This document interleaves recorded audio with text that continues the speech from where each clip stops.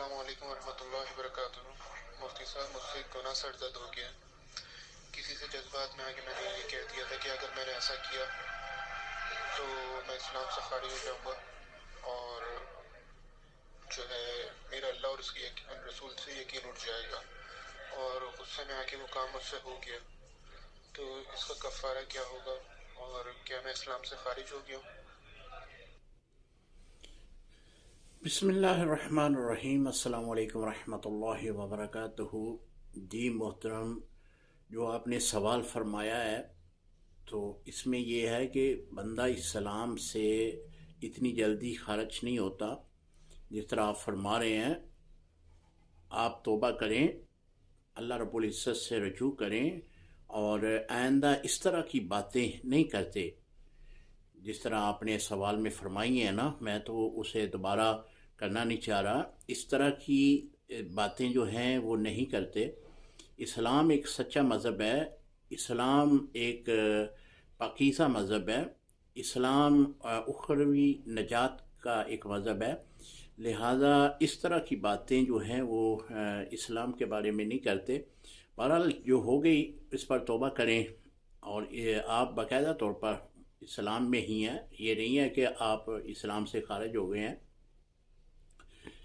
آپ ایسا کریں کہ احتیاطاً طور پر تجدید ایمان کر لیں، اللہ رب العزت کی بارگاہ میں اپنی اس بات کی توبہ کریں، اور اللہ رب العزت کی بارگاہ میں ہی یہ عرض کریں کہ اے اللہ، یہ سہون مجھ سے ایسا ہو گیا،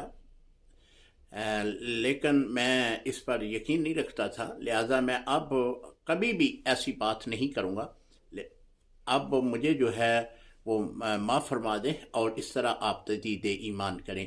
تجدید ایمان کا طریقہ یہ ہے کہ آپ گواہی دیں کہ اللہ تعالیٰ ایک ہے، اس کا کوئی شریک نہیں، اور حضرت محمد صلی اللہ علیہ وآلہ وسلم اللہ کے آخری نبی رسول ہے۔ یہ آپ تجدید ایمان کر لیں، انشاءاللہ جو ہے آپ پہلے ہی ایمان میں ہیں۔ یہ نہیں ہے کہ ایمان سے آپ نکل گئے، ایمان میں ہی ہیں، آپ مسلمان ہی ہیں، لیکن یہ ہے کہ تجدید ایمان گاہی بگاہی کرتے رہنا چاہیے۔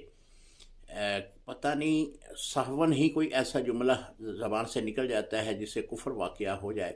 ایک حدیث مبارکہ ہے جس کا مفہوم یہ ہے کہ حضور علیہ الصلوۃ والسلام نے فرمایا کہ تجدید ایمان کیا کرو، اس لیے کہ قرب قیامت لوگ جو ہیں وہ سمجھیں گے کہ یہ مسلمان ہے، لیکن جنازہ کافر کا اٹھ رہا ہوگا، تو اس لیے تجدید ایمان کر لینا چاہیے۔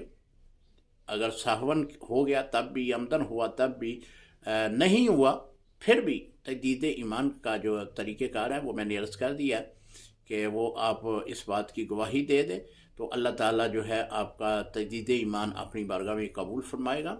باقی پریشان ہونے والی کوئی بات نہیں ہے۔ السلام علیکم ورحمۃ اللہ وبرکاتہ۔